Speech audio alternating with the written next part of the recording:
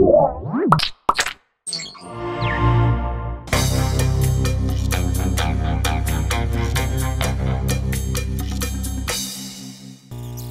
episode of Penn Point is brought to you by Squarespace. Let them do your website. I'm going to talk a little about Mad Men. Mad Men, the season just ended, the last season. I guess it's what, is it season 4, I guess? Season 3? I don't know, doesn't matter. I download it all from the web. I don't watch commercials. I just pay for it. I wanted to talk about this. I don't know why I watch Mad Men. I have watched every single motherfucking episode of Mad Men, and I have no idea why. I mean, isn't it just a soap opera? Isn't it like a soap opera?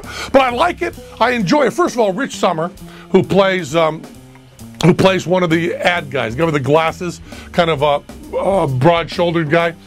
He's tremendous. He's the greatest actor.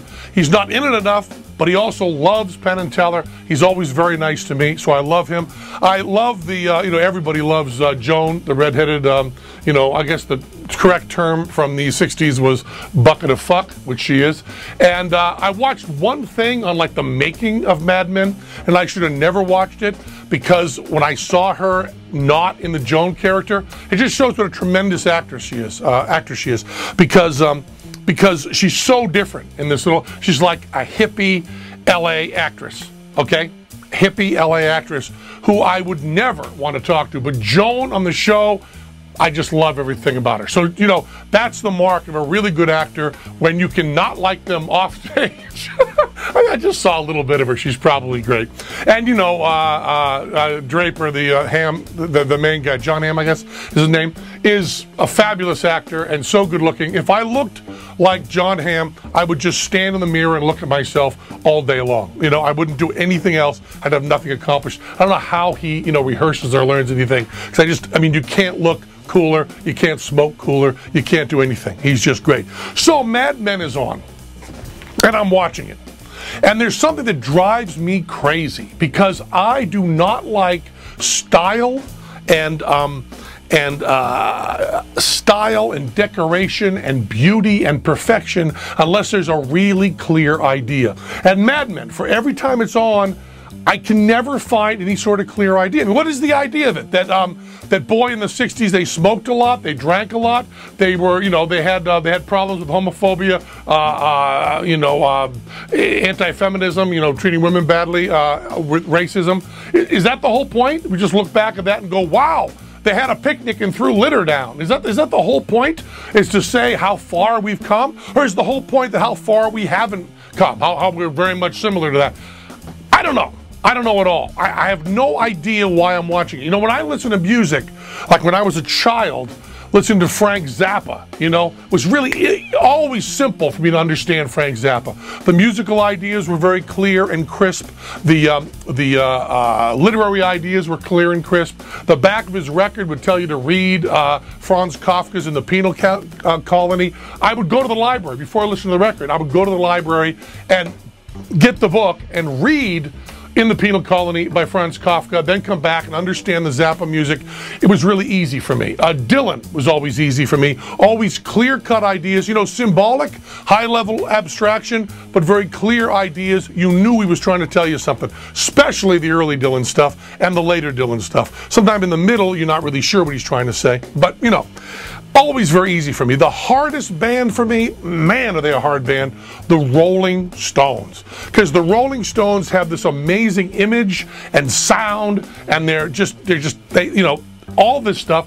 But Exile on Main Street, which everybody told me was a tremendous record, and I now believe is a tremendous record, couldn't get a handle on. Didn't have a clear idea. It was all style and beautiful and great sounding, but I couldn't get a clear idea. And that's exactly what Mad Men is for me.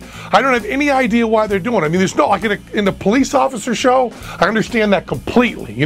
They're trying to catch the bad guy, and they're also trying to convince us that police and government should suspend our rights because they're always right catching the bad guy. I understand Law and Order, I understand CSI, I understand all that stuff. But Mad Men, there are no murderers to catch. They're trying to, the big drama is they've lost their Lucky Strike account and they're trying to get other accounts in, and also, you know, who Don Draper is gonna sleep with, and also, you know, problems in his marriage and with his children.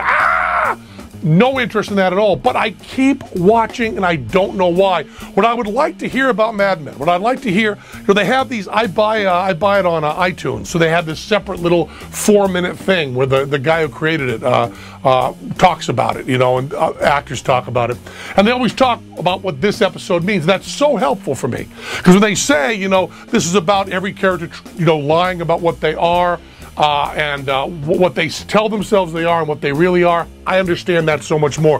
What I would like from Mad Men, and really, if any of you care, well, I'll tell you what I'd like, but first, let me just put the ad in. I'm going to sneak the ad in right here, and I'll tell you about this episode of Penn Point. And this was brought to you by Squarespace, and I want to tell you about this Squarespace. You know, we have Penn and Teller website, and the Penn and Teller website costs like $1 zillion fucking a month to have maintained, because we started it forever ago, and we still have the same people, and all of us are too embarrassed to tell them that they charge too much and that we could do it ourselves easily. We could do it ourselves with Squarespace. It's a publishing system for anyone looking to build a blog, portfolio, or any kind of website. You could do Penn Point with Squarespace. Put it in layman's terms, Squarespace is a tool that would allow you, your mom, I mean anyone really, your grandmother, to build a website that has the same functions found on some of the coolest whiz-bang pages on the web.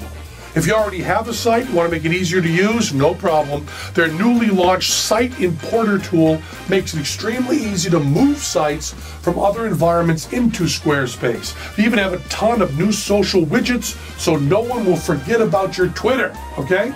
So this Squarespace thing is cool. As a Penn Point viewer, you can use the code PENN to get 10% off the life of your order.